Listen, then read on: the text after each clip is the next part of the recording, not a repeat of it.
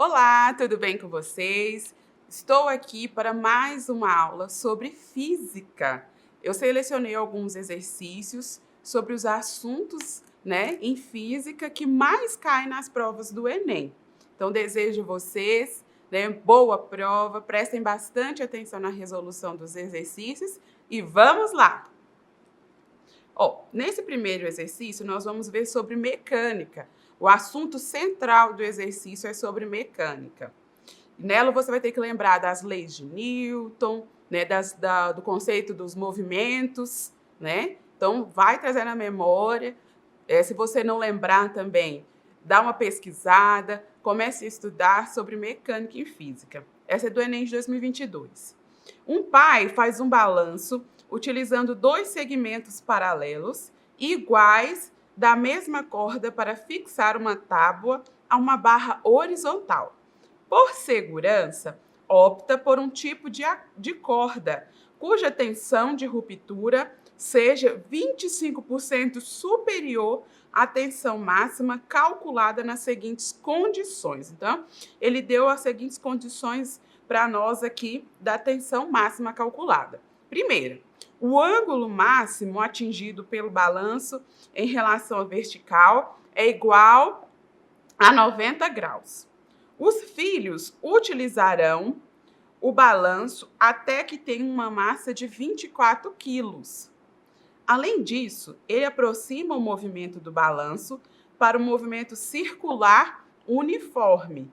Considera que a aceleração da gravidade é igual a 10 metros por segundo ao quadrado.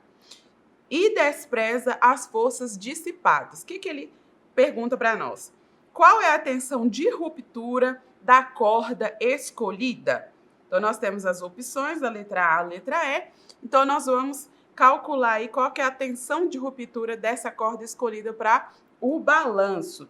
Então, como as forças se conservam sem dissipação, a energia mecânica no ponto alto A é igual à energia no ponto baixo B. Então, a energia no ponto A alto é igual à energia no ponto baixo B. Então, nós vamos lembrar da fórmula de energia mecânica. Se elas duas são iguais, então nós vamos colocar a fórmula aqui, E de energia mecânica em A é igual energia mecânica em B.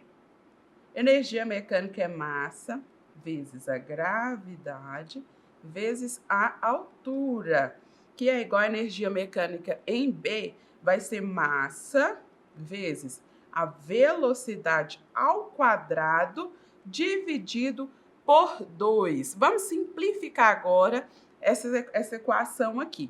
Como elas duas estão igualadas, nós podemos cortar aqui as duas massas. O 2 que está aqui dividindo, ele vai passar para cá multiplicando. Então, vamos lá. 2 vezes G vezes H, que é igual ao V ao quadrado. Como o movimento que ele explicou lá para nós, ele vai ser um movimento circular, o balanço do movimento circular uniforme, o raio da trajetória é o próprio comprimento do balanço, da posição 90ª, em relação à vertical até 0 graus, ou seja, até o ponto mais baixo. A altura H, ele é o próprio ponto, tá? Substituindo na equação, dessa equação aqui, que nós encontramos, nós vamos substituir. No ponto mais baixo, nós temos que a resultante das forças é a resultante centrípeta, tá? Então, você dá um Google aí, pesquisa, vai nos seus livros, lembra que os seus professores te explicaram em sala de aula. Presente dos movimentos circulares e calculada pela massa, essa força centrípeta, calculada por massa vezes velocidade ao quadrado, dividido pelo raio. Atuam a força peso com direção vertical e sentido para baixo, e a força de tração ou em ambas as cordas, pela segunda lei de Newton, que eu vou escrever aqui para nós. Deixa eu só apagar aqui.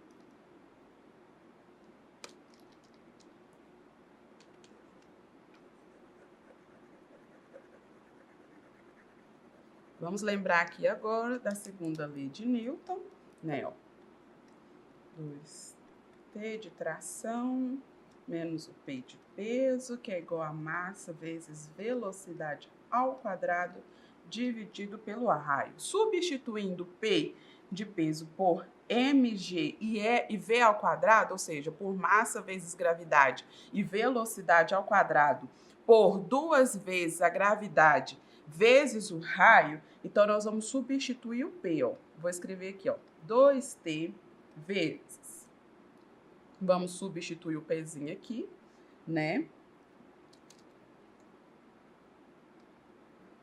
M vezes G, que é igual a M vezes 2 vezes G, R, sobre R. Quem está multiplicando pode ser cortado com quem está dividindo. Então, a gente corta esses dois raios aqui, né?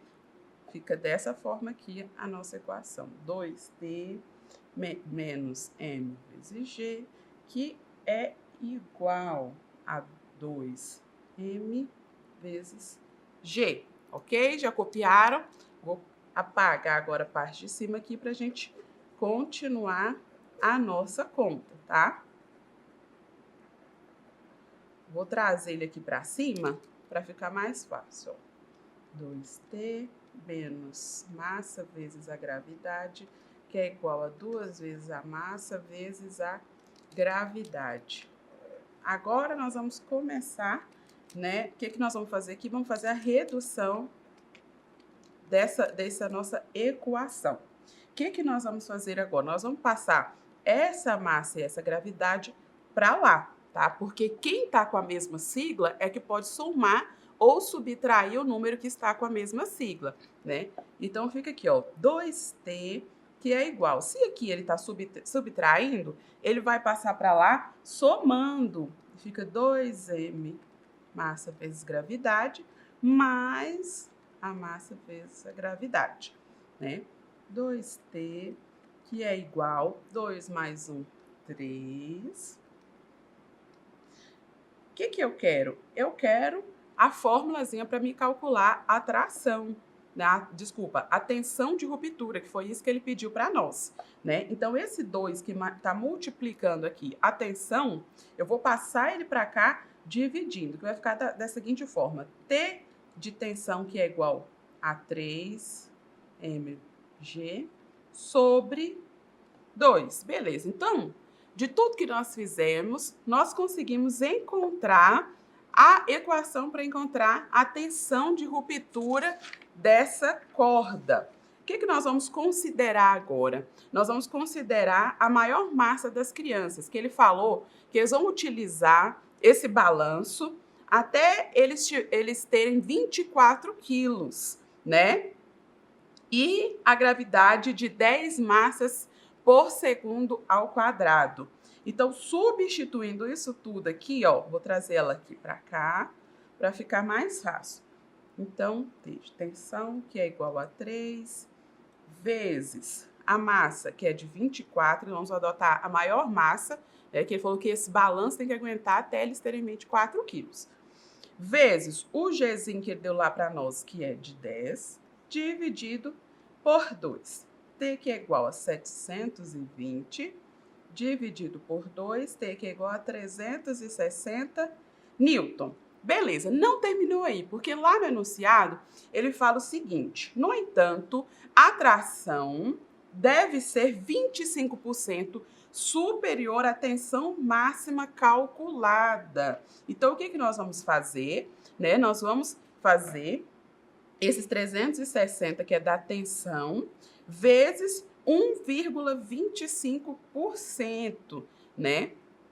Que é o que ele nos pediu. Então, 360 vezes, vou colocar o pontinho aqui para vocês não confundirem com x, vezes 1,25, que é igual a 450 newton, ou seja, a resposta é a letra D. A tensão de ruptura da corda escolhida é de 450 newton, ok? Vamos para o próximo exercício.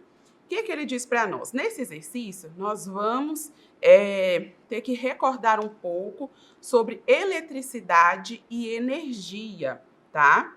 O que ele diz para nós, o enunciado?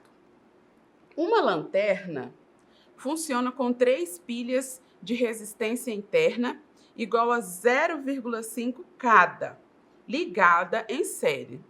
Quando posicionadas corretamente, devem acender a lâmpada incandescente de especificações 4,5 watts ou 4,5 V. Cada pilha, na posição correta, gera uma força eletromotriz de 1,5 V. Uma pessoa, ao trocar as pilhas da lanterna, comete o equívoco de inverter a posição de uma das pilhas. Considere que as pilhas mantêm contato independentemente da posição. Com esse equívoco de ter trocado, de ter invertido a posição das pilhas, qual é a intensidade de corrente que passa pela lâmpada ao se ligar à lanterna? Ele quer ela em ampere, né? Então, qual que vai ser a intensidade dessa corrente após ele ter invertido as posições dessa pilha? O que nós vamos iniciar aqui? Nós vamos considerar que a pilha ela foi ligada na posição contrária. A sua força eletromotriz se cancelará com a da outra, né? Por elas terem sido trocadas. Sobrará apenas a força eletromotriz de uma pilha na direção da corrente, sendo de 1,5 V. Ou seja, para o cálculo da resistência interna da lâmpada, nós vamos utilizar a equação de Ohm, né? OHM, que ela é descrita pela seguinte forma: R, que é igual a U ao quadrado, dividido por P, né? O que nós vamos fazer? Nós vamos calcular esse R aqui primeiro.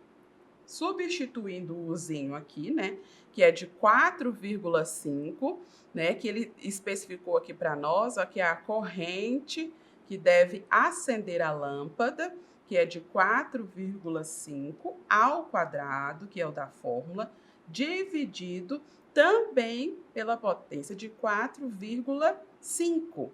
Fazendo esses cálculos, nós temos 4,5 ohm. Deixa eu fazer aqui, né? Beleza.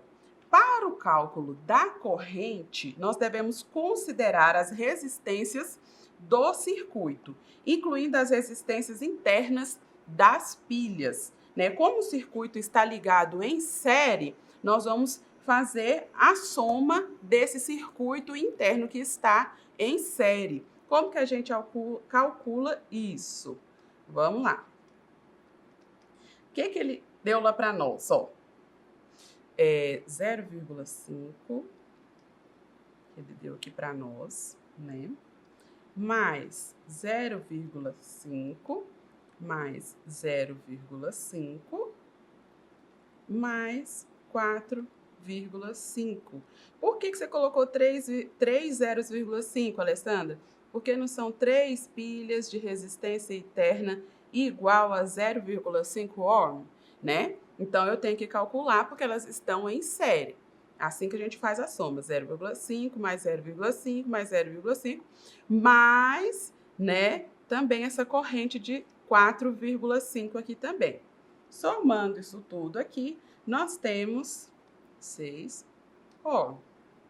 Para o cálculo da corrente, nós vamos usar essa seguinte fórmula aqui, ó.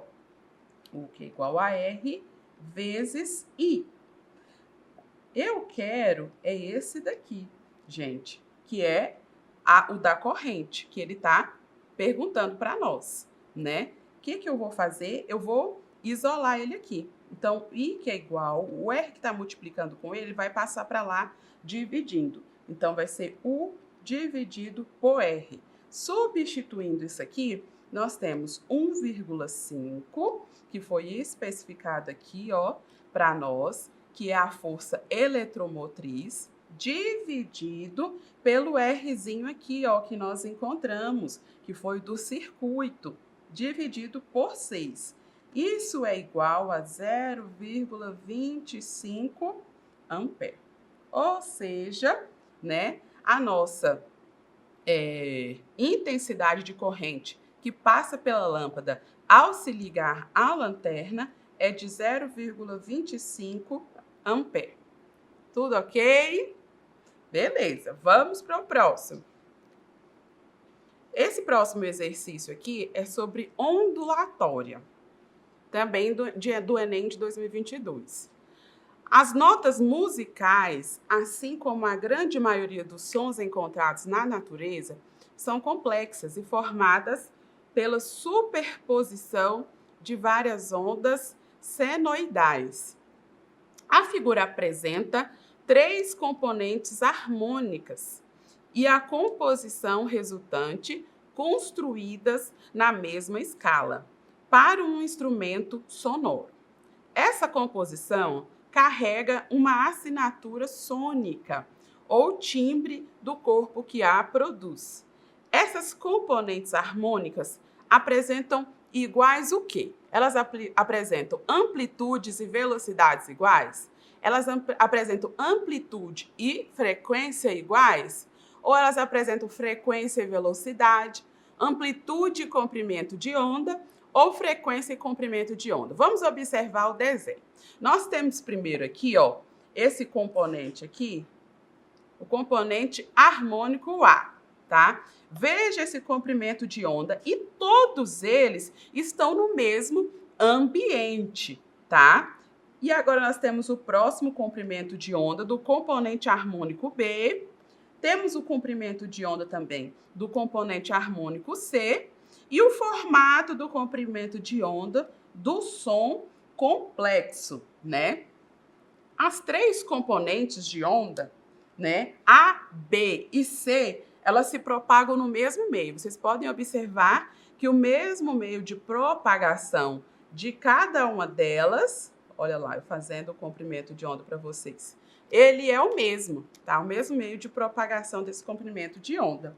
Viajando, ou seja, se elas estão no mesmo meio de propagação, elas estão viajando na mesma velocidade, tá?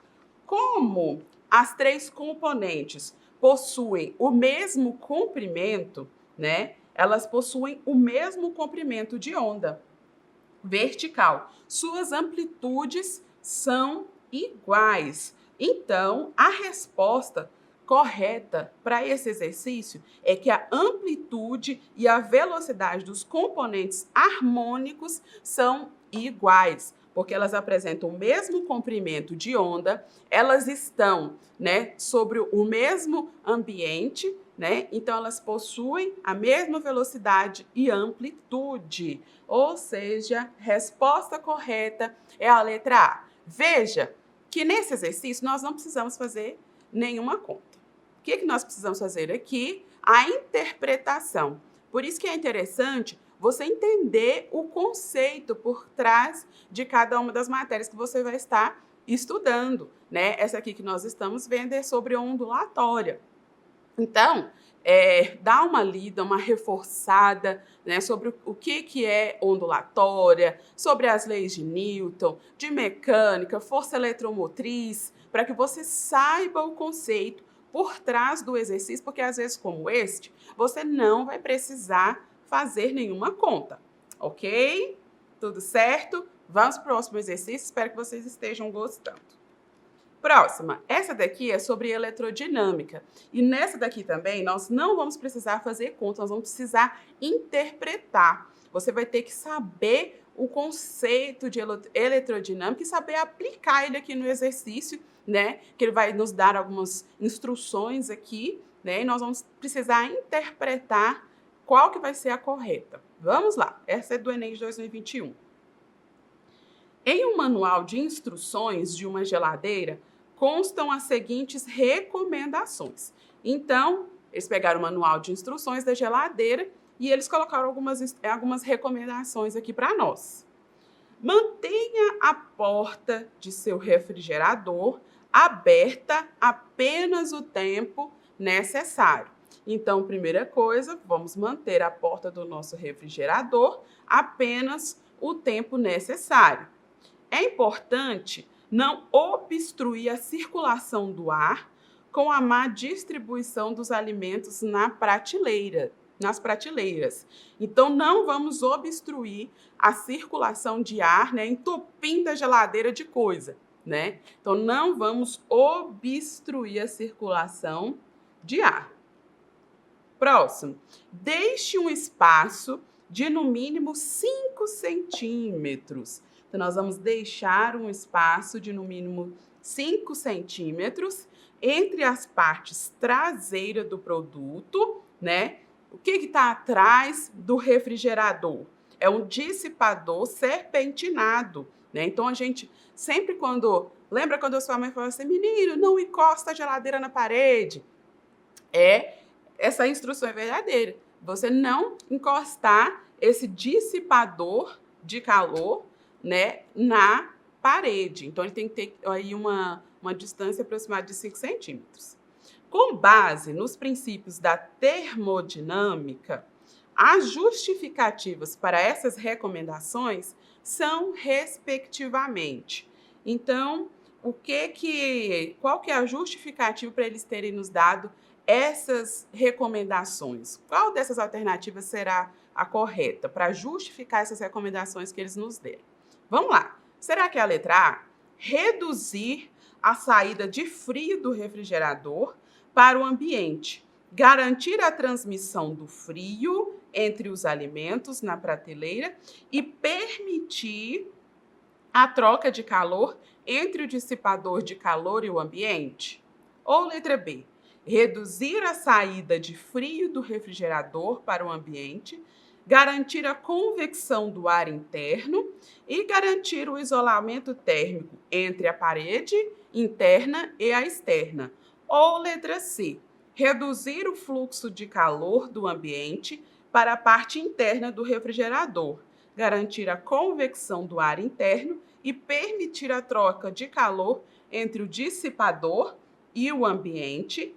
Ou letra C, reduzir o fluxo de calor do ambiente para a parte interna do refrigerador, garantir a convecção do ar interno e permitir a troca de calor entre o dissipador e o ambiente. Letra D, reduzir o fluxo de calor do ambiente para a parte interna do refrigerador, garantir a transmissão do frio entre os alimentos na prateleira e permitir a troca de calor entre o dissipador e o ambiente. Ou letra E, reduzir o fluxo de calor do ambiente para a parte interna do refrigerador e garantir a convecção do ar interno e garantir o isolamento térmico entre as partes internas e a externa. Essa aqui é uma questão que você já lê, sua cabeça já está um pouco cansada, né? Então, você vai ter que prestar um pouco de atenção para você escolher a resposta correta, né? Então, primeira coisa, calor, ele é uma energia térmica em movimento, que ocorre da região mais quente para a região mais fria, né? Ou seja, assim, ao deixar a porta da geladeira aberta, seu interior mais frio vai receber calor vindo de fora, ok? Na parte interna, a organização correta dos itens permitem a convecção onde o ar mais frio desce. Vocês podem ver que lá na geladeira ele tem alguns orifícios que vão soltando um arzinho para refrigerar, né, e não congelar os alimentos. Por que ele pede para que nós organizemos os alimentos corretamente dentro da geladeira? Vamos lembrar da termodinâmica sobre a convecção. O ar, quando ele é mais quente, né, ele sobe, né, por ele ser menos denso, e quando ele é mais frio, ele desce por ele estar mais frio, né? Isso acontece a convecção. O ar mais frio desce, o mais quente sobe. E é isso que acontece na geladeira, né? para que aconteça a refrigeração de todo o ambiente da geladeira, né, ele vai fazendo essa troca lá, né, da temperatura, principalmente quando você abre a geladeira, né, e entra o ar mais quente, esse ar mais quente fica lá em cima, até que ele começa a refrigerar e vai descendo para refrigerar os outros alimentos que estão na parte de baixo. Por isso que a geladeira ela fica toda geladinha e conserva os alimentos.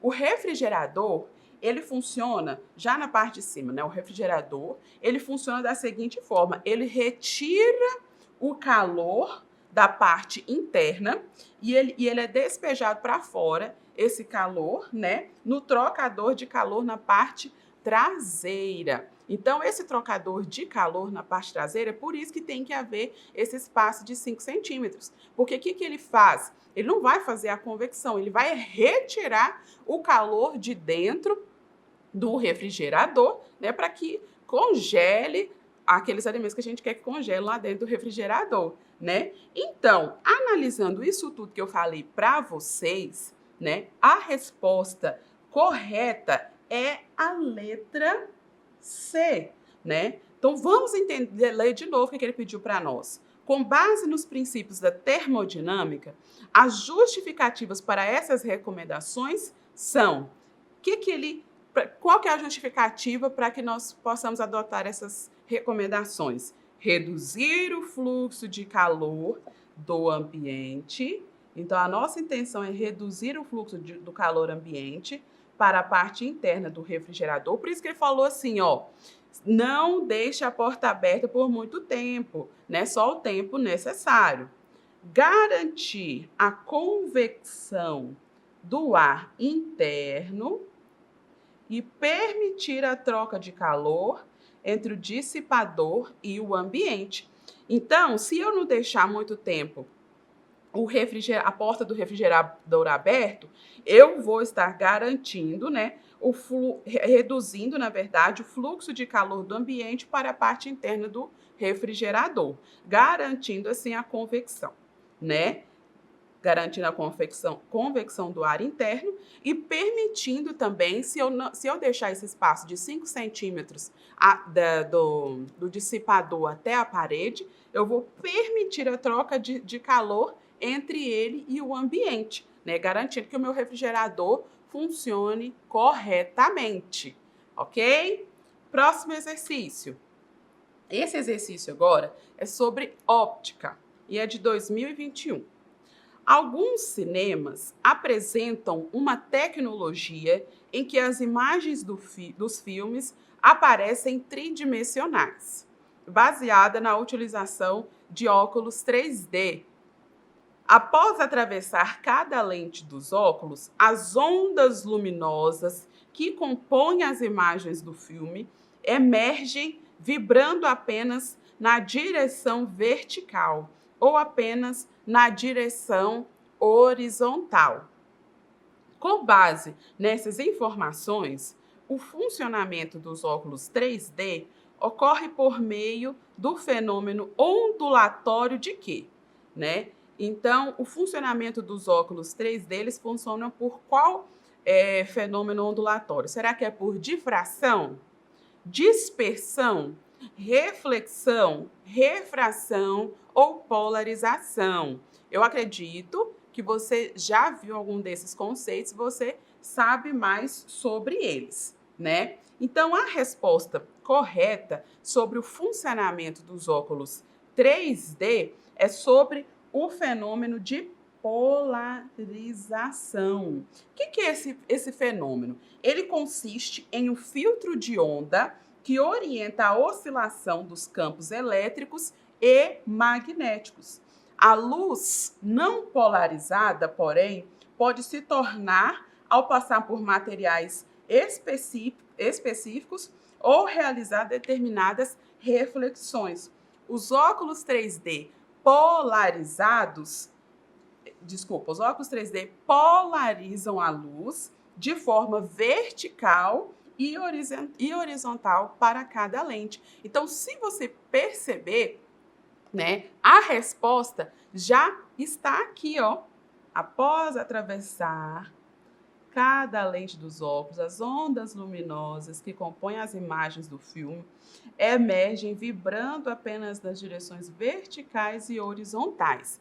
Então, a resposta para o nosso exercício já estava aqui no próximo enunciado, né? Que esse fenômeno é o fenômeno de polarização, tá? Então, sempre quando tiver um exercício assim, com bastante texto para você ler, vai grifando, porque geralmente ele vai dando pistas para nós de qual é a resposta correta, ok?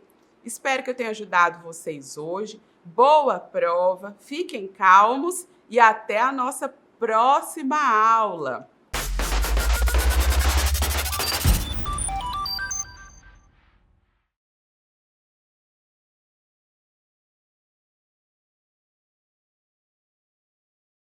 Fala pessoal, professor Gabriel aqui com vocês e hoje nós vamos descomplicar a química com questões do Enem.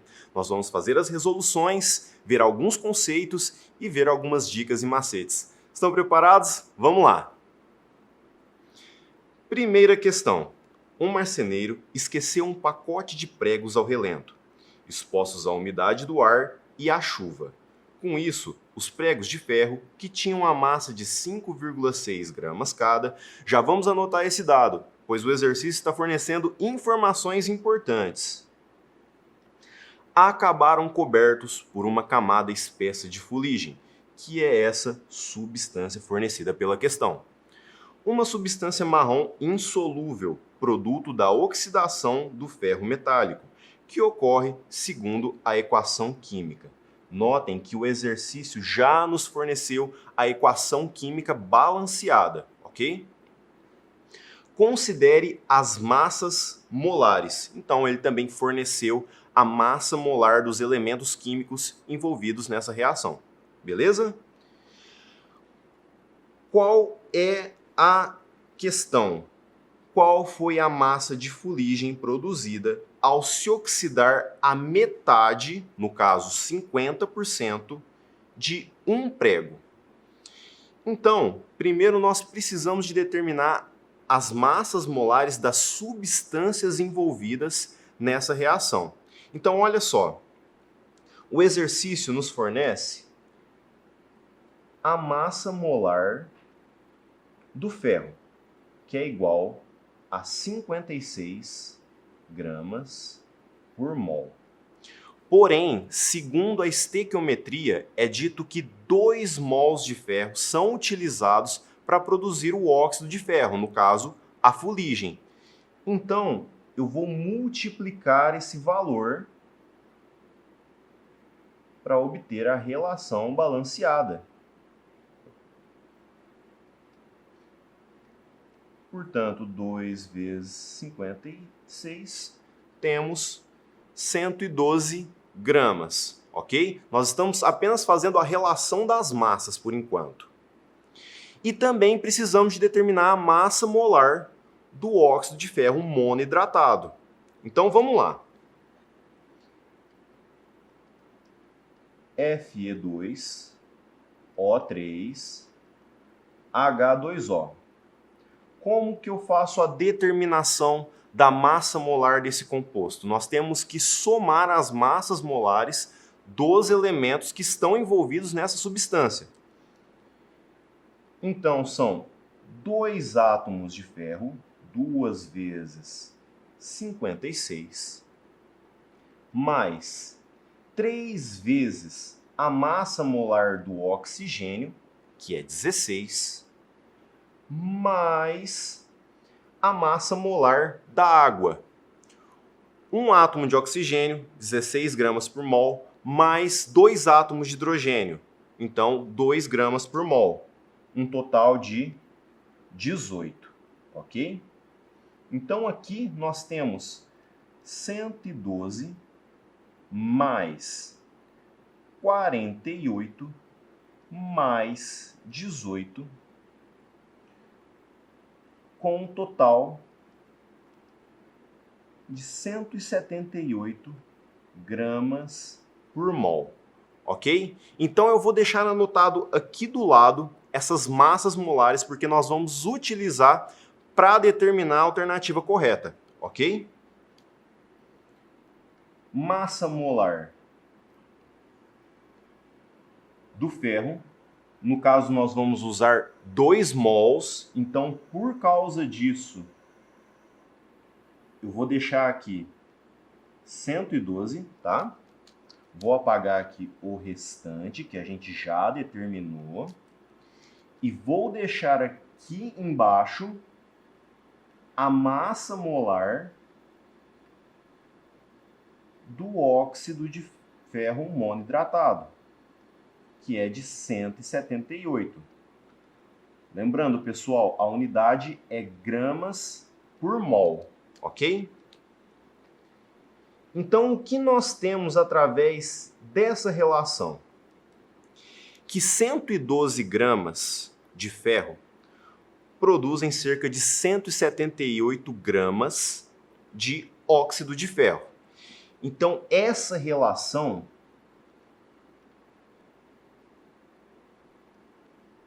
ela vai ser muito importante para a determinação da resposta, ok? Então, vou colocar aqui embaixo as massas que nós determinamos.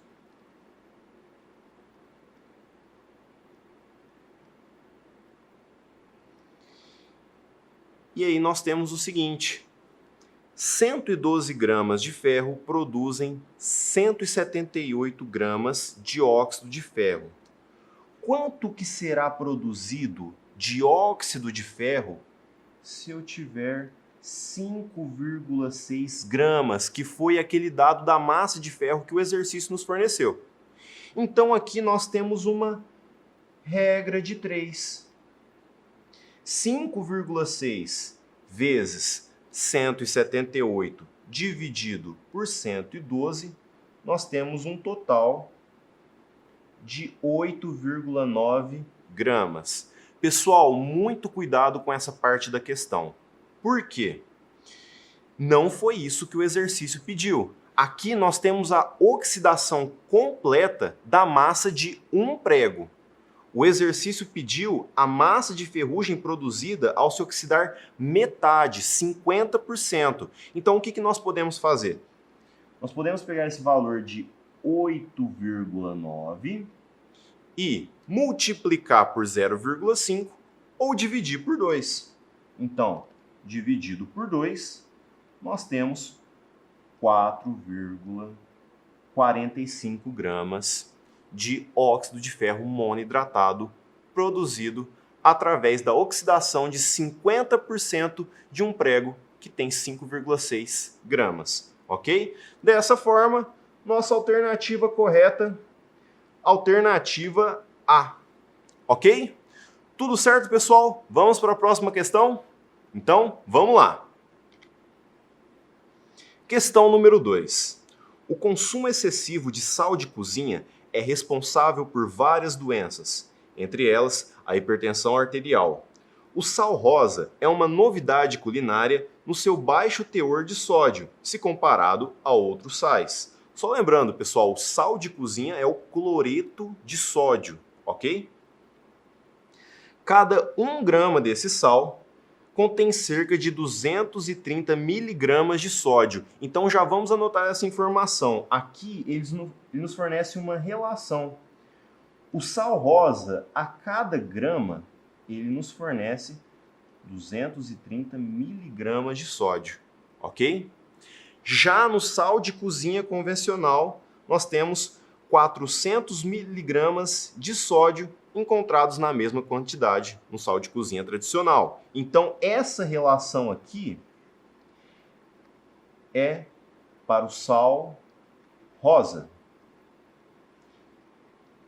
E essa relação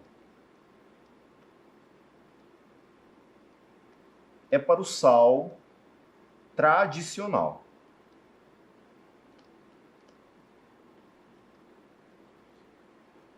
Estima-se que no Brasil a dose diária de consumo de sal de cozinha seja de 12 gramas e a dose máxima recomendada é de menos de 5 gramas por dia. Considere a massa molar do sódio igual a 23 gramas por mol. Então, massa molar do sódio 23 gramas por mol, ok? Considerando a dose estimada do consumo de sal de cozinha no Brasil. Então, nós vamos considerar o consumo de 12 gramas, ok?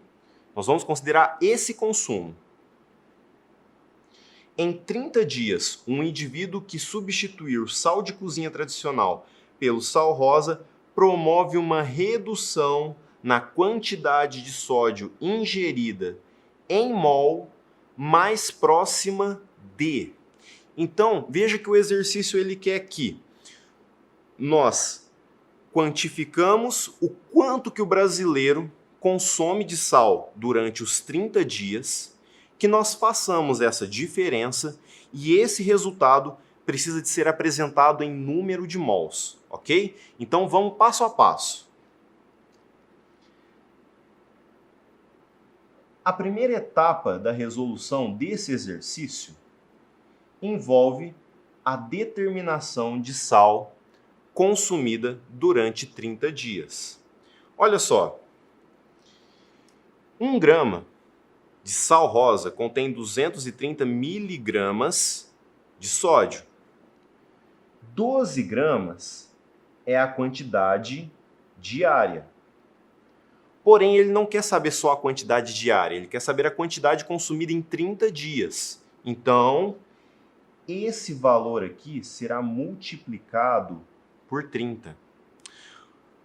Nós vamos reescrever essa regra de 3 colocando as unidades corretas. Vamos passar todos os valores de massa para gramas, ok? Então aqui vai ficar 1 grama é igual a 0,23 gramas de sódio. 360 gramas será igual a quanto?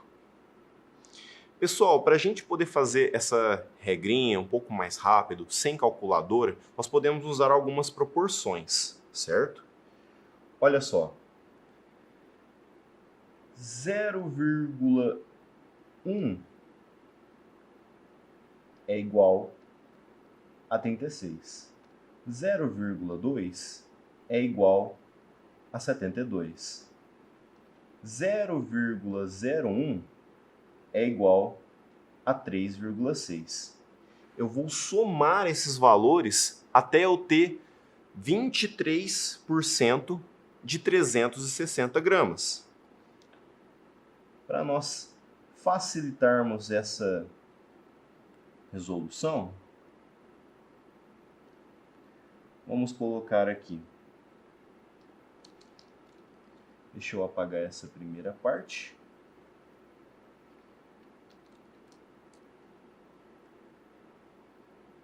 Mais 36 mais 3,6 mais 3,6 mais 3,6. 72 mais 3, 6, 9, 18. Então, 3, 6, 9, 9 mais 6, 6, 6 mais 1,8. Aqui nós temos 81,8 gramas, ok? 81,8 gramas de sódio consumidos em um mês através do sal rosa, ok?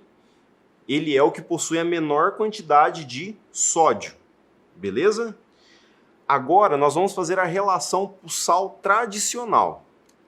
Então, vou utilizar essa parte aqui da nossa apresentação para fazer o do sal tradicional. 1 grama possui cerca de 0,4 gramas de sódio. 360 gramas desse sal será produzido quanto? 360 dividido por 0,4 vezes 0,4 dividido por 1 vai ser igual a 144 gramas, tá? Indo aqui um pouquinho mais rápido com vocês.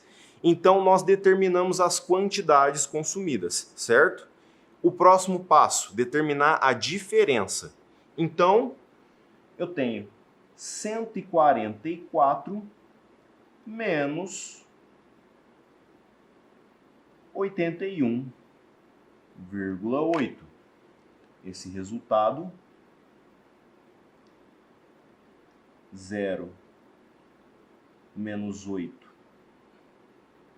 corta, fica 10, 8 vezes 2, 4, 6, 62,2 gramas.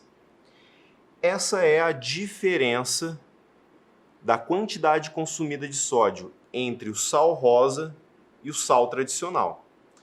Agora, nós precisamos de transformar esse valor para número de mols, ok?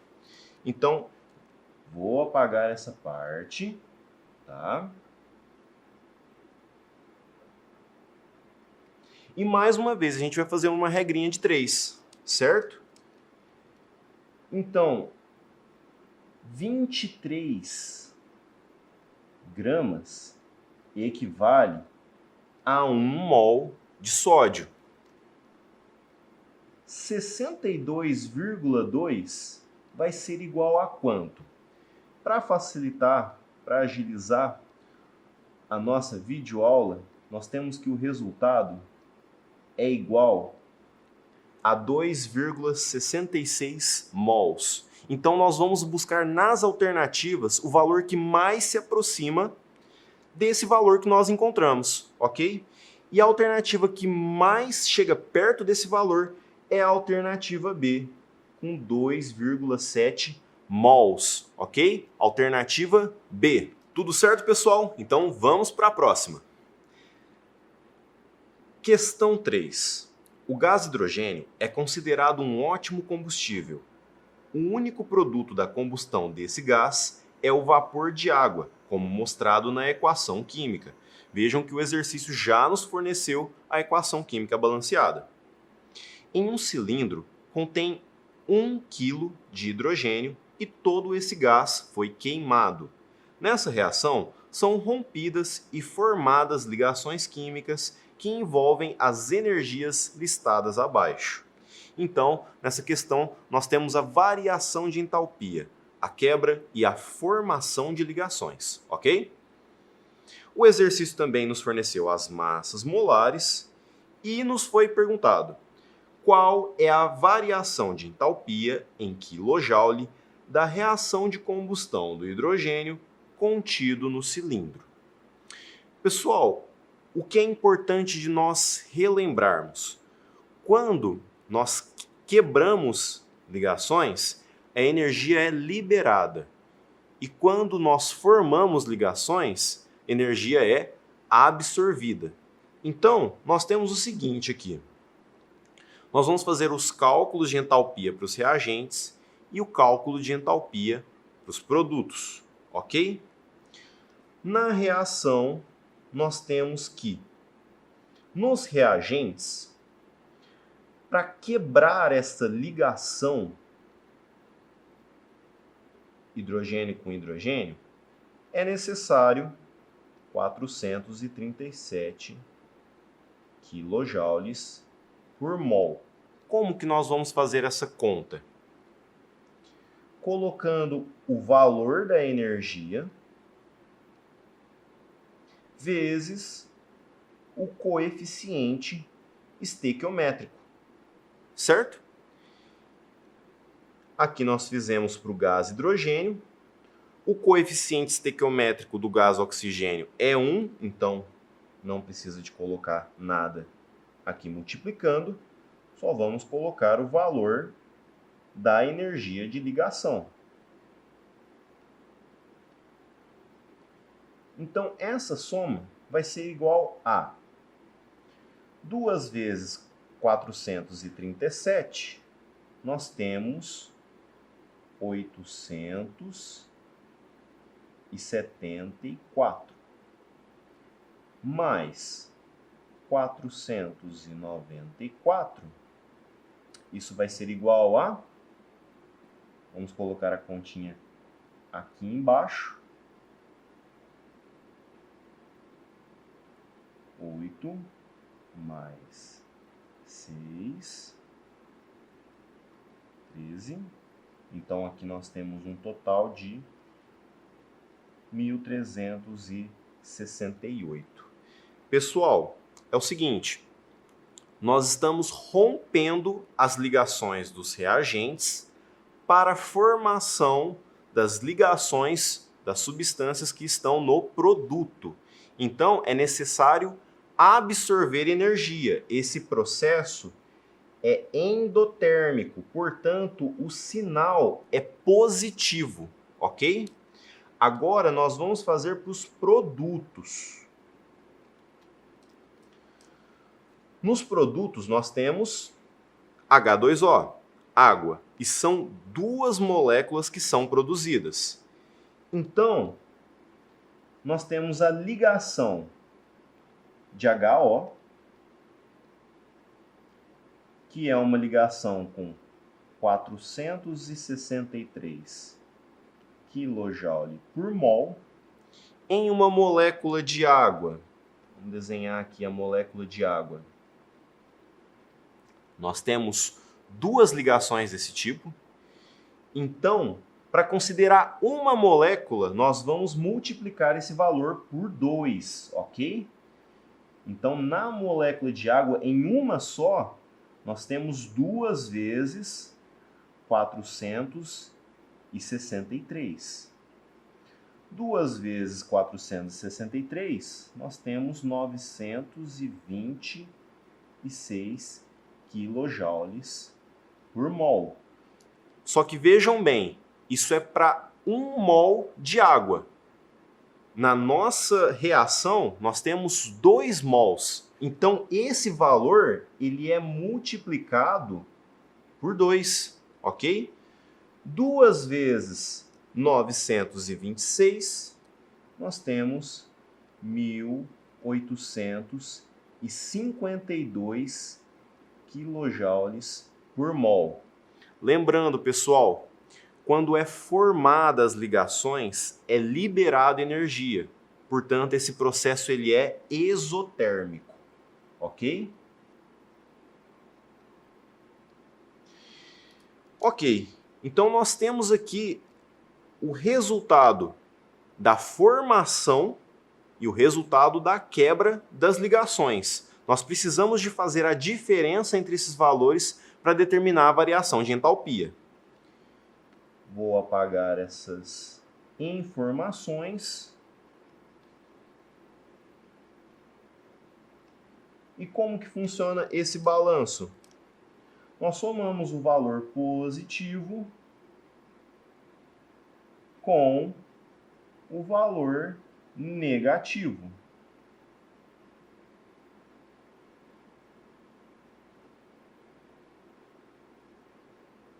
E esse valor vai dar quanto? Vou colocar aqui uma continha rápida para a gente poder determinar, tá? 2 menos 8, 12 fica 4. 4 menos 6, vou ter que cortar também. 6, 14, 8. 7 menos 3, 5.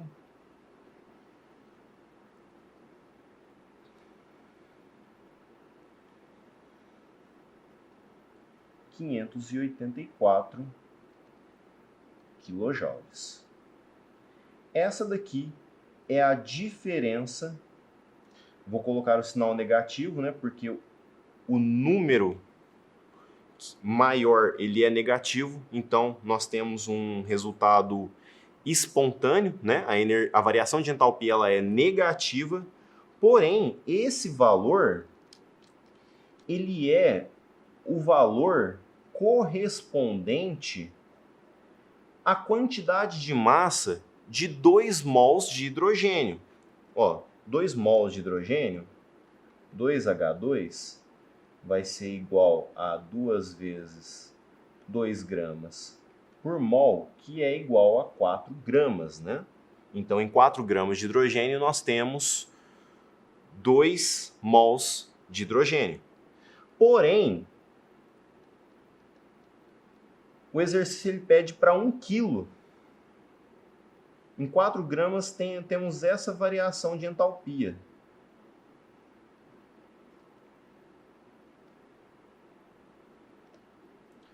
Opa, perdão, pessoal. Aqui o valor é 4. 7 menos 3, 4. 484. Então, nós vamos fazer a regrinha de 3. 1000 vezes 0,484 dividido por 4. Esse valor vai ser em torno de 121 mil quilojoules. A alternativa que melhor corresponde a esse valor obtido é a alternativa B, menos 121 kJ por mol. Vejam que essa reação nos fornece uma variação de entalpia negativa. Esse processo ele é espontâneo. Logo, o resultado da variação de entalpia ele é negativo. Beleza? Tudo certo? Então, vamos para a próxima questão. A nanotecnologia é responsável pelo aprimoramento de diversos materiais, incluindo os que estão impactados com a presença de poluentes e da umidade da atmosfera, causadores de corrosão. O processo de corrosão é espontâneo e provoca a deteriorização de materiais como o ferro, que, em presença de oxigênio e água, sofre oxidação, conforme ilustra a equação química. Aqui, novamente, ele nos forneceu a equação balanceada. De forma de garantir a durabilidade da estrutura metálica e da sua resistência à umidade, consiste na deposição de filmes finos nanocerâmicos à base de zircônia e de alumínio. Vamos deixar aqui marcado as substâncias que ele deixou informadas sobre a superfície do objeto que se deseja proteger. Essa nanotecnologia aplicada na proteção contra corrosão baseia-se no... Então, pessoal, aqui nós temos uma questão de eletroquímica, de proteção contra corrosão, e eles nos dita qual conceito melhor se enquadra a esse novo tipo de nanotecnologia. Pessoal, eu gostaria de chamar a atenção de vocês para o seguinte. Tanto a zircônia quanto a alumina, elas são óxidos, ok? Foca nessa informação. Elas são óxidos. Primeira alternativa, proteção catódica, que utiliza um metal fortemente redutor. Ok, pessoal, proteção catódica é um método que é utilizado como proteção contra corrosão. Só que, na alternativa, ele nos apresenta que utiliza um metal. Não, pessoal, nós não estamos utilizando um metal, estamos utilizando um óxido metálico, ok? Portanto, essa alternativa não está correta, ok? O uso de metais de sacrifício que oxidam no lugar do ferro. Olha, tudo bem que é utilizado essa técnica para diversas aplicações, porém nós não estamos usando metais, nós estamos usando óxidos metálicos. Por esse motivo, a alternativa B também está errada. Passivação do ferro, que fica revestido com o seu próprio óxido. A passivação, ela é uma forma de você revestir o material de forma que ele não vai ter interação, não vai ter reação com o meio externo, fazendo com que assim ele fique protegido. Porém, não é utilizado o próprio óxido. Nós estamos falando da zircônia e da alumínio. Por esse motivo, essa alternativa também não está correta, ok? Efeito de barreira, que impede o contato do agente oxidante. Essa parece ser uma questão, uma alternativa muito válida, né? Vamos deixar marcado aqui do lado. Galvanização, que usa outros metais de menor potencial de redução. O mesmo problema das outras alternativas. Nós não estamos utilizando metais, e sim óxidos metálicos. Dessa forma, a alternativa correta é a alternativa D. Ok? Tudo certo, pessoal? Vamos para a próxima questão. A água bruta coletada de mananciais apresenta alto índice de sólidos suspensos, o que a deixa com um aspecto turvo. Para se obter uma água límpida e potável, ela deve passar por um processo de purificação numa estação de tratamento de água. Nesse processo, as principais etapas são nesta ordem. Então, pessoal, olha só, o exercício nos forneceu já as etapas, uma por uma, tá? Elas seguem essa ordem. Qual é a etapa de retirada de grande parte desses sólidos? Então vamos lá. Coagulação. Não, o processo de coagulação é o processo em que partículas menores são expostas a um agente coagulante, normalmente um sulfato de alumínio,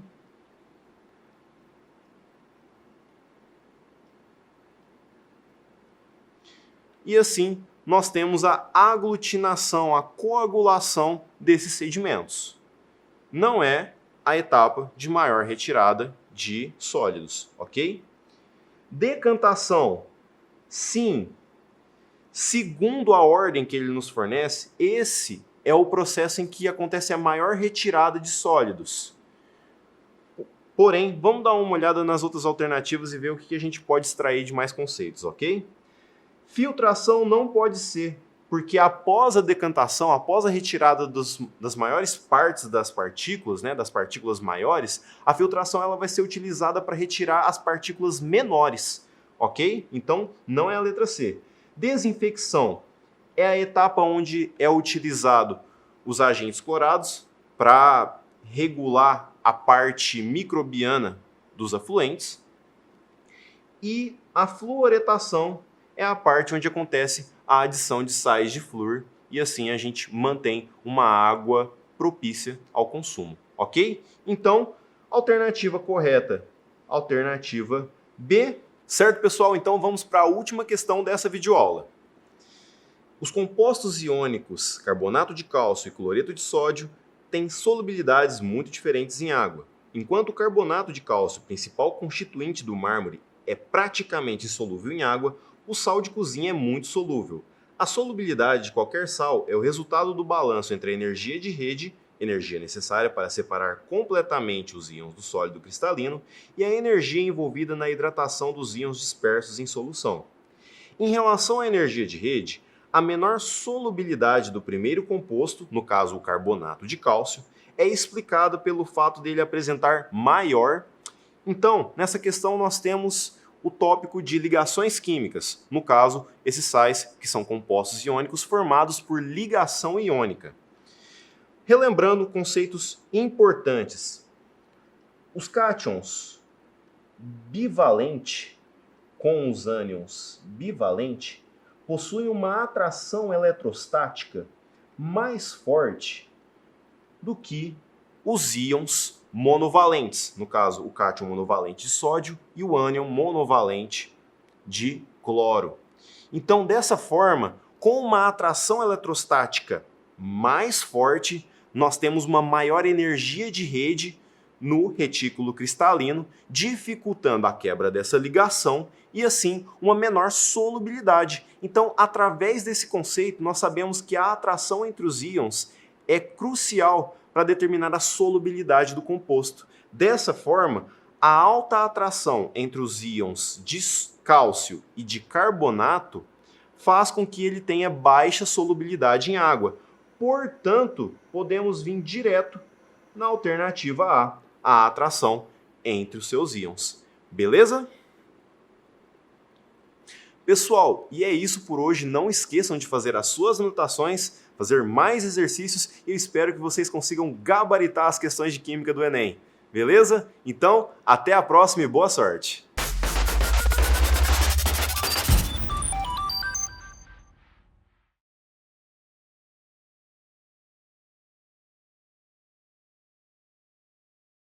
Olá pessoal, tudo jóia? Sejam bem-vindos a mais uma aula de Biologia. Eu sou o Gabriel, professor de Biologia, e hoje a gente vai resolver algumas questões do Enem. Mas antes da gente começar, eu vou falar com vocês algumas dicas e temas gerais recorrentes do Enem, beleza? Vamos lá? Bom, como eu disse, vou começar pelas dicas gerais de Biologia. A gente tem que ler com bastante atenção, porque o Enem gosta disso. Ele gosta de contextualizar, pôr palavras-chave, explicações ali no enunciado. Então a gente tem que ler com bastante atenção. Interpretação de gráficos e tabelas. O Enem adora cobrar tabela e gráfico, ainda mais em questões biológicas. Então ficar atento aos eixos, unidades de medida, títulos, porque a maioria das vezes vocês vão buscar a resposta no gráfico. Então ficar atento quanto a isso. Relacionar conceitos com o cotidiano. O Enem adora relacionar com o nosso dia a dia. Ainda mais problemas do cotidiano, como doenças, ecossistema, tecnologia. Então, ficar atento. E, por último, as exceções e detalhes. A gente pensa, né? A gente está lá estudando na hora, a gente acha que aquele detalhezinho pequeno não cai. Aí é que mora o perigo, pois esse detalhezinho pequeno sempre cai no Enem. Então, estude exceções de ciclos biogeoquímicos, ecossistema, fisiologia. O Enem adora esses detalhezinhos. Bom, indo para temas recorrentes de biologia, esses foram os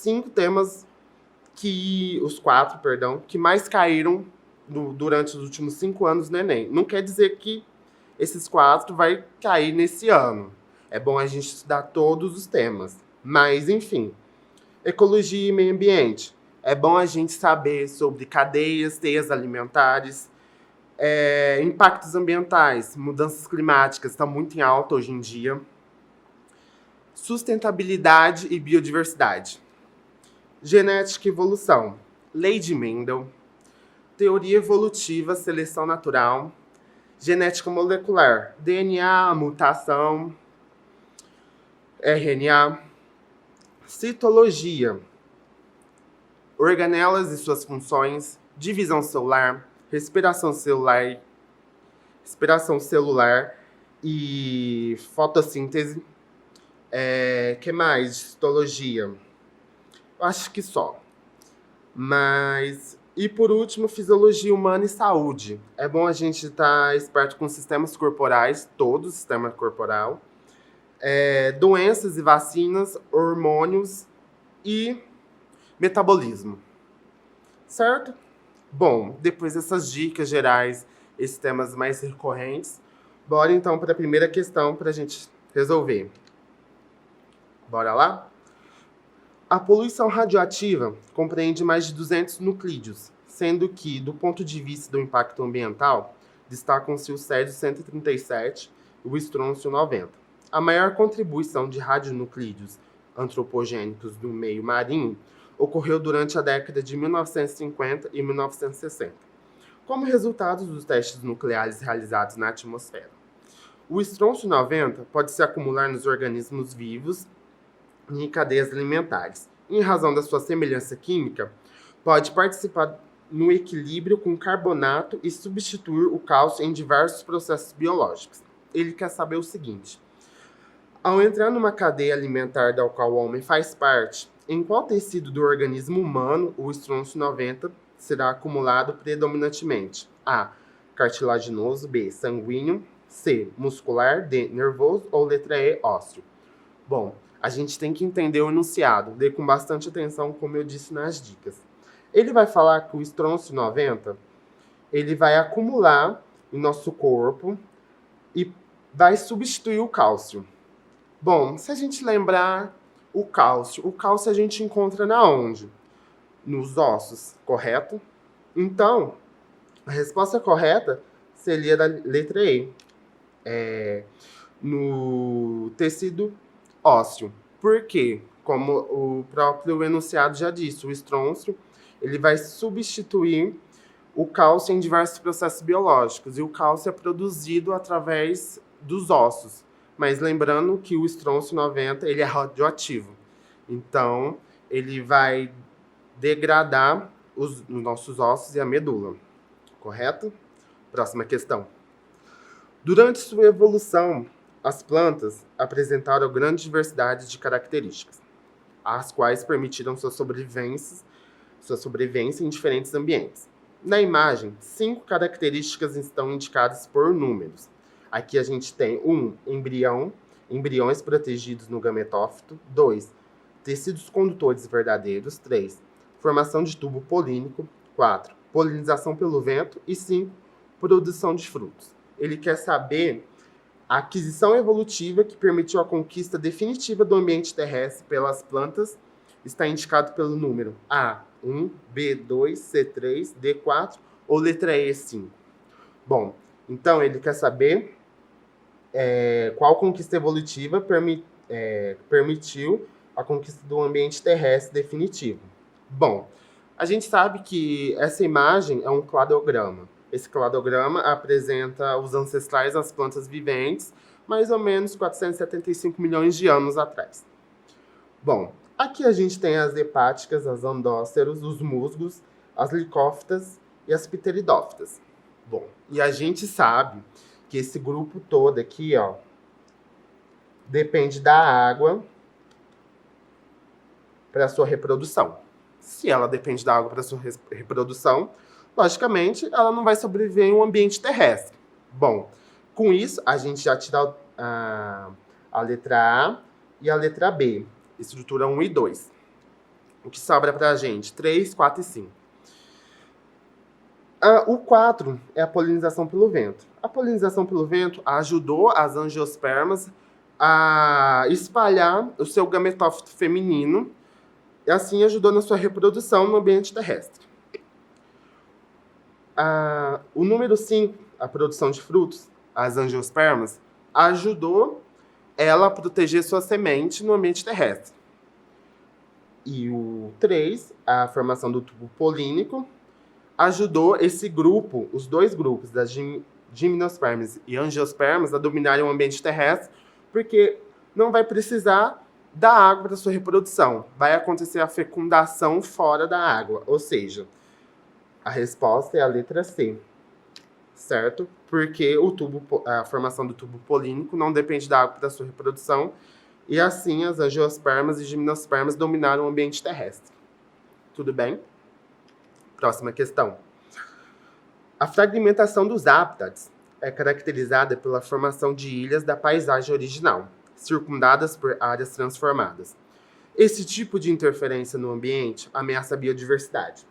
Imagine que uma população de onças foi isolada em uma mata pequena. Elas se extinguiriam mesmo sem terem sido abatidas. Diversos componentes da ilha de habitat, como o tamanho, a heterogeneidade, o seu entorno e sua conectividade, o efeito de borda, são determinantes para a persistência ou não das espécies originais. Uma medida que auxilia na conservação da biodiversidade nas ilhas mencionadas no texto compreende a letra A, formação de microhabitats, B, ampliação do efeito de borda, C, construção de corredores ecológicos, D, promoção de sucessão ecológica, ou letra E, introdução de novas espécies de animais e vegetais. Bom, lendo a questão, a gente tem que identificar o problema. E o problema está na fragmentação dos hábitats. E o que seria, então, a fragmentação dos hábitats? É isolar uma população em uma determinada área por vários fatores. Um exemplo grande é a agricultura com plantação de grãos ou pastagem. Vai isolar essa população nesse fragmento de habitat e assim essa população vai ficar isolada, podendo até ser extinta. Quando acontece essa fragmentação dos hábitats, acontece uma baixa na deriva genética, uma baixa variabilidade genética, perdão. E com isso, com essa baixa variabilidade genética, vai acontecer a endogamia das espécies e a baixa deriva genética. Isso é ruim. E o que a gente pode fazer, então, na conservação dessa biodiversidade? A construção de corredores ecológicos. Por que a construção de corredores ecológicos? Esses corredores ecológicos vão interligar um fragmento ao outro, permitindo que as espécies façam a migração de um fragmento ao outro e assim vai permitir que aumente a sua deriva genética. E as espécies não vai ter mais a sua consanguinidade entre elas e vai permitir a migração. Então a resposta correta é a letra C, construção de corredores ecológicos. Tudo bem até aí? Bom, próximo. Na indústria farmacêutica, é muito comum o emprego de substâncias de revestimento em medicamentos de uso oral, pois trazem uma série de benefícios, como alteração de sabor em medicamentos que têm um gosto ruim, melhoria da assimilação do composto, entre outras ações. Alguns compostos poliméricos à base de polissacarídeo de celulose são utilizados para garantir que o fármaco somente seja liberado quando em contato com soluções aquosas cujo pH se encontre próximo da faixa de neutralidade. A pergunta é: qual é a finalidade do uso desse revestimento à base de celulose? A. Diminuir a absorção do princípio ativo do intestino. B. Impedir que o fármaco seja solubilizado no intestino. C. Garantir que o fármaco não seja afetado pelas secreções gástricas. D. Permitir a liberação do princípio ativo pela ação das amilases salivares. Ou E. Facilitar a liberação do fármaco pela ação dos sais biliares sobre o revestimento. Bom, se a gente voltar na questão, ele vai falar que essa base celulose, esse polímero celulose, ele vai garantir que o fármaco não seja liberado em condições com pH muito ácido. Só vai ser liberado em soluções aquosas cujo pH se encontra próxima da faixa da neutralidade. Bom, sabendo disso, quando a gente vai ingerir um medicamento, ele vai direto para o nosso estômago. E o nosso estômago é extremamente ácido. Então, essa base celulose, ela vai garantir que esse medicamento não seja denegrido, inativado no estômago, que não perca sua função ali. E saindo do estômago, ele vai para o intestino. E a partir, então, no intestino, ele vai ser ativado, o intestino vai absorver, porque no intestino, nosso pH é neutro. Então, a resposta é a letra C, garantir que o fármaco não seja afetado pelas secreções gástricas. Certo? Próxima questão. Os búfalos são animais considerados rústicos pelos criadores e, por isso, são deixados no campo sem controle reprodutivo. Por causa desse tipo de criação, a consanguinidade é favorecida, proporcionando o aparecimento de enfermidades como albinismo, defeitos cardíacos, entre outros. Separar os animais de forma adequada minimizaria a ocorrência desses problemas. Qual o procedimento biotecnológico prévio recomendado nessa situação? A. Transgenia. B. Terapia gênica. C. Vacina de DNA. D. Clonagem terapêutica. Ou E. Mapeamento genético. Bom, a gente tem que saber qual que é o problema da questão. Então, o problema da questão é a consanguinidade. Está tendo muitas doenças hereditárias e isso prejudica, como foi dito. Então, vamos lá. A transgenia, ela não é uma opção, porque ela é um melhoramento genético para a aparição de um fenótipo desejado. E não é isso que a gente quer. A terapia gênica, ela vai fazer melhorias no gene para ter um efeito terapêutico, que não é o nosso caso. Vacina de DNA. A vacina de DNA, ela serve como uma proteção para enfermidades externas. Exemplo, vírus, bactérias, protozoários, que não é o nosso caso. D. A clonagem terapêutica. Ela vai fazer a formação de um gene e pegar esse embrião. Ela vai formar um embrião e pegar a célula-tronco, clonagem terapêutica. Então, não é o nosso caso.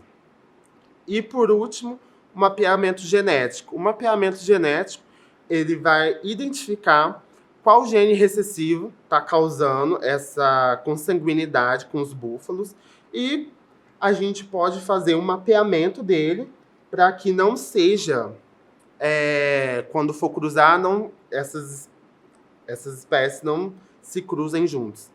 Então, a resposta correta é a letra E, mapeamento genético, porque vai identificar o gene recessivo e assim pode manipular para que não ocorra o cruzamento desses mesmos genes, para que não ocorra esse tipo de enfermidade, a consanguinidade.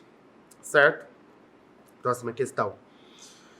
Durante o desenvolvimento embrionário humano, ocorre uma comunicação entre os átrios direito e esquerdo através do forame oval ou forame de Botal. Essa comunicação não causa prejuízo à circulação do bebê em formação, exceto se ela perdurar após o nascimento. Os prejuízos no período embrionário são evitados porque a circulação fetal se assemelha à dos A. Aves, B. Répteis, C. Crocodilianos, D. Peixes ou E. Anfíbios. Bom, a questão diz que os bebês usam o forame oval para a respiração. Durante a gestação, eles não usam os pulmões. O sangue que chega oxigenado da mãe chega através da placenta. Então, sabendo disso, eles não utilizam os pulmões. Ele vai utilizar o forame oval, que vai pegar o sangue do lado direito e jogar para o lado esquerdo do coração. E essa circulação se assemelha com a dos peixes, porque a circulação é simples, ocorrendo uma passagem única pelo coração. Então, a resposta correta é a letra D. Tudo bem? Próxima questão. Diversas substâncias são empregadas com a intenção de incrementar o desempenho esportivo de atletas de alto nível, o chamado doping sanguíneo, por exemplo. Pela utilização da eritropoetina, é proibido pelas principais federações de esportes no mundo. A eritropoetina é um hormônio produzido pelos rins e fígado e sua principal ação é regular o processo de eritropoiese. Seu uso administrativo intravenosamente, em quantidades superiores àquelas presentes naturalmente no organismo, permite que o indivíduo aumente a sua capacidade de realização de exercícios físicos. Esse tipo de doping está diretamente relacionado ao aumento da A. Frequência cardíaca, B. Capacidade pulmonar, C. Massa muscular do indivíduo, D. Atividade anaeróbica da musculatura ou E. Taxa de transporte de oxigênio pelo sangue. Bom, essa questãozinha aqui é aquela última dica que eu falei para vocês, estudem as exceções. Porque se a gente souber o que é o hormônio eritropoetina, a gente já mata a questão. Mas, por acaso, eu não souber o que é eritropoetina, eu vou por analogia à assimilação. A gente sabe que quando a gente realiza exercícios físicos, a gente precisa produzir glóbulos vermelhos para transportar oxigênio para o nosso sangue, para que a gente consiga realizar os exercícios sem cansar rápido, certo? Aqui ele está falando que o doping vai fazer com que eu ingiro mais eritropoetina, ou seja, eu vou estar ingerindo mais, eu vou estar produzindo mais glóbulos vermelhos e assim eu vou estar levando mais oxigênio para o sangue, chegando no músculo. E fazendo isso, eu vou aumentar minha capacidade de realização de exercício físico e eu vou cansar menos. Então, a resposta correta é a letra C, a taxa de transporte de oxigênio pelo sangue. Bom, se eu souber o que é eritropoetina, o hormônio, eu já mato a questão, porque eritropoetina é um hormônio responsável pela produção de glóbulos vermelhos. Os glóbulos vermelhos são responsáveis pelo transporte de oxigênio pelo sangue, certo? Bora para outra questão. Os ursos, por não apresentarem uma hibernação verdadeira, acordam por causa da presença da termogenina, uma proteína mitocondrial que impede a chegada dos prótons até a ATP sintetase, gerando calor. Esse calor é importante para aquecer o organismo, permitindo seu despertar. Em qual etapa do metabolismo energético celular a termogenina interfere? A. Glicólise. B. Fermentação láctica. C. Ciclo do ácido cítrico. D. Oxidação do piruvato. Ou E. Fosforilação oxidativa. Bom, a gente sabe, como o texto diz, que a termogenina é uma proteína mitocondrial. A termogenina, sendo uma proteína, ela vai ser um atalho nas mitocôndrias. E a gente sabe que as mitocôndrias, elas pegam a energia do alimento para produzir ATP. Sabendo disso, a termogenina, ela vai interferir na última fase da respiração celular, que seria a fosforilação oxidativa. A fosforilação oxidativa é responsável por produzir ATP. Então, a resposta correta é a letra E, fosforilação oxidativa. Penúltima questão. Vamos lá, gente, não desiste não. Um garoto comprou vários abacates na feira, mas descobriu que eles não estavam maduros o suficiente para serem consumidos. Sua mãe recomendou que ele colocasse os abacates em um recipiente fechado, pois isso aceleraria seu amadurecimento. Com certa dúvida, o garoto realizou essa experiência. Colocou alguns abacates no recipiente e deixou os demais em uma fruteira aberta. Surpreendendo-se, ele percebeu que os frutos que estavam no recipiente fechado amadureceram mais rapidamente. A aceleração desse processo é causado por A. Acúmulo de gás etileno. B. Redução da umidade do ar. C. Aumento da concentração de CO2. D. Diminuição da intensidade luminosa. Ou letra E. Isolamento do contato com o O2 atmosférico.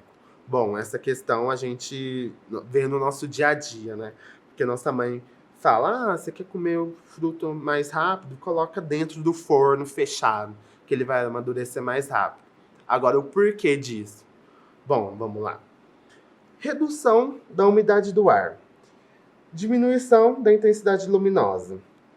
Isolamento do contato com o O2 atmosférico. Não vai interferir em nada. Então, vocês já eliminam essas 3 alternativas. Bom, sobrou o acúmulo de gás etileno e o aumento da concentração de CO2. Bom, o aumento da concentração de CO2, ele vai fazer o processo inverso. Ele vai fazer com que esse amadurecimento demore mais. Então, sabendo disso, a única alternativa que resta para a gente, o acúmulo de gás etileno. A gente tem que saber que o etileno é um hormônio vegetal gasoso, que é responsável pelo amadurecimento dos frutos. Então, se eu coloco o meu abacate dentro de um recipiente fechado, esse etileno não tem para onde sair. Ele não vai sair, ele vai se concentrar em maior quantidade ali. Então, sabendo disso, a resposta correta é a letra A, acúmulo de gás etileno. Então, agora vocês já sabem que se quiser que um fruto amadureça mais rápido, coloque em um ambiente fechado. Certo? Última questão. Espero que vocês não estejam desanimados. Vamos lá. O número de abelhas encontra-se em declínio em várias regiões do mundo, inclusive no Brasil, sendo que vários fatores contribuem para o colapso de suas colmeias. Nos Estados Unidos, bombas de sementes de espécies vegetais nativas têm sido utilizadas para combater o desaparecimento desses insetos. Elas são pequenas bolinhas recheadas com sementes, adubo e argila. Quando são arremessadas e ficam expostas ao sol, germinam até mesmo em solo pouco fértil. Esse método contribui para a preservação das abelhas porque A. Reduz sua predação. B. Reduz o uso de pesticidas. C. Reduz a competição por abrigo. D. Aumenta a oferta de alimento. Ou letra E. Aumenta os locais de reprodução. Bom, a questão quer saber o que contribui para a gente preservar as abelhas. A gente sabe que elas estão em declínio. Bom, com isso, nos Estados Unidos, eles fizeram as bombas de sementes. Correto? As bombas de sementes contêm espécies vegetais nativas.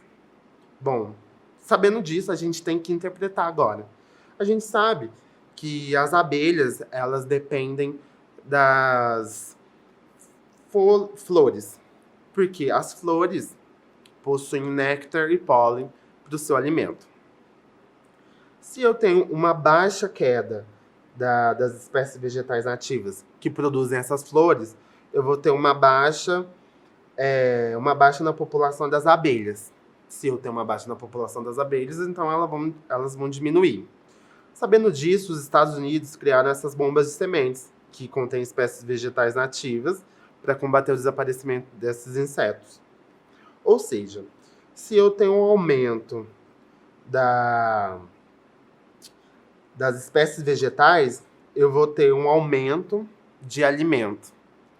Eu vou aumentar o pólen e eu vou aumentar o néctar. Aumentando o pólen, aumentando o néctar, consequentemente, eu vou aumentar a produção a população de abelhas, perdão. Bom, sabendo disso, então, a resposta correta é a letra D. Aumento da oferta de alimento. Porque eu vou aumentar o número de espécies nativas. Bom, eu espero que vocês tenham entendido, tenham conseguido. Prestem bastante atenção na prova quando for fazer. Porque, como eu disse, peguem aquelas dicas, leia com atenção, preste atenção nos gráficos, pense no nosso dia a dia, no cotidiano e estudem as exceções, porque o Enem gosta disso. Então, vão com calma fazer a prova, vai estar tudo certo. E lembre, estude todas as partes da biologia, porque, como eu falei, não vai ser só aqueles temas que vão cair. Tudo certo? Espero que vocês se saiam bem e até a próxima.